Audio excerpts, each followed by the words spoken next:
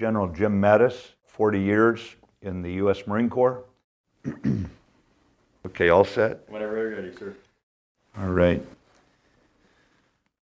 Marionette Young asked me a question about the toughest decision that I've ever had to make while I was in the Marine Corps.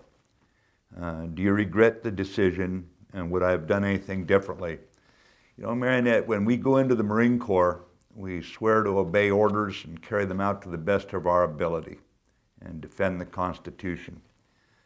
So I've not regretted those decisions, and one of the toughest that I could mention to you was after being ordered to attack into the city of Fallujah.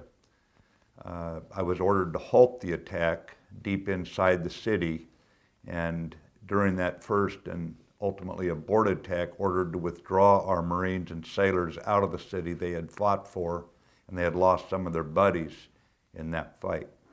So it was a difficult decision. It was a decision taken for reasons that had nothing to do with the tactical situation on the ground. I was concerned to a degree if the Marines would lose confidence in their leadership because of it, but they didn't. I still recall a young saw gunner being interviewed by a television crew talking about how terrible he must feel that he was being ordered out of the city. And he was a slow-talking Marine from down south. He just calmly looked into the camera and said, "Doesn't matter. We'll just hunt him down somewhere else and kill him." And I bring this up because ultimately it's about the spirit of the Marine Corps that nothing really can stop us. And we just don't take refuge in self-pity or any of that kind of stuff. And so as a result, the Marine Corps remains a very feared organization in this world, as it should be.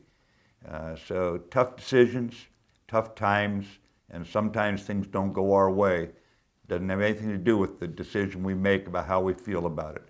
Every Marine makes their own decision about how they're going to react, what happens to them.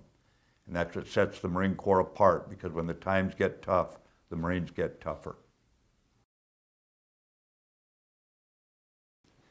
Phil Claiborne wants to know, how did I continue to stay motivated throughout my Marine Corps career? That's real easy. Phil, I'll tell you right up front, there were some jobs in the Marine Corps I didn't care for. I learned to hate minefields at age 21 when the Marine Corps trained me as a second lieutenant in the infantry to go through them. And I continued to hate minefields as long as I had to encounter them throughout my career. But the reason I stuck around the Marine Corps was the spirit of the Marines. I knew I could make a lot more money doing something else, and I knew I could live a lot better quality of life and not be deployed all the time. But it was the spirit of the Marines that kept me motivated. I never went to work feeling like, woe is me, that life is tough or anything else. I look forward to every day, and it's simply because I stuck around the Marine Corps for the right reason, and that was to serve alongside young Marines. Joel Delf wants to know, how do you keep improving as a leader to meet the demand of each role in your career? We all get promoted, you have different roles to play. How do you stay teachable as a leader? I think the most important thing here, Joel, is that you have to assume you must keep improving. If you make that your decision, that you must improve, if you look at every week in the Marine Corps as your last week of peace, and you must be better at the end of this week as a warfighter, then you'll push yourself on your 3-mile run down to 18 minutes, and you'll accept no excuses. You'll push yourself to 21 pull-ups, and you'll accept no excuses. You'll push yourself to read the Commandant's reading list. You'll push yourself that when the things are going tough in the field, you keep your spirit up, and you're the man everyone can turn to, knowing that you don't give up. And you just keep improving every day with the assumption that if you're going to lead more Marines in the future as you get promoted, they expect you to be the physically toughest, the mentally sharpest, and the spiritually just the most undiminished person, that nothing, not cold, not rain, not enemy situation, not frustrating rules can get you down. And you just maintain this body, mind, and spirit improvement at all times.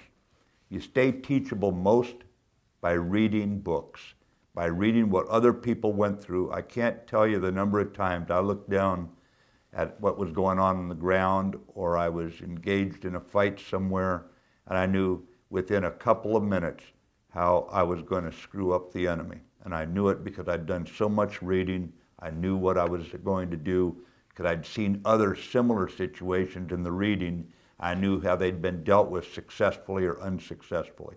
And so long as you continue along this line, so long as you remember somebody on the other side is watching, hoping that you're not at the top of your game, that you're not reading, that you're not working out, that you're not strong spiritually, then they're going to think they've got you. You want to always be the toughest, the sharpest out there. I've got a question here from Raoul Jr. from Camp Rhino in 2001. It was in southern Afghanistan right after 9/11. Raoul, when you and I were out there, and you asked about a cold night in Afghanistan when I was walking the perimeter by myself, greeting a bunch of young Marines, and what was I thinking about? Well, I think I remember the night in question. If you'll recall, the mortars were firing in one direction, and we had a lot of shooting going on at one side of the perimeter. And the reason they keep some of us gray-haired guys around is because it's not our first war, it's not our second war. And what I was doing was walking to the opposite side of the perimeter, just suspicious if the enemy was perhaps fainting on one side and they were actually going to attack over on your side of the perimeter. So I was over there knowing full well that the Marines at the position that we were being attacked would handle the enemy. I wanted to make certain we were ready for any surprises. So I was over there just checking on the Marines, seeing how they're doing.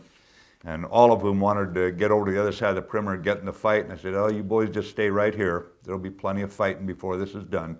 So that's what I was thinking about that night, Joel. And thanks for being out there. It was a cold night.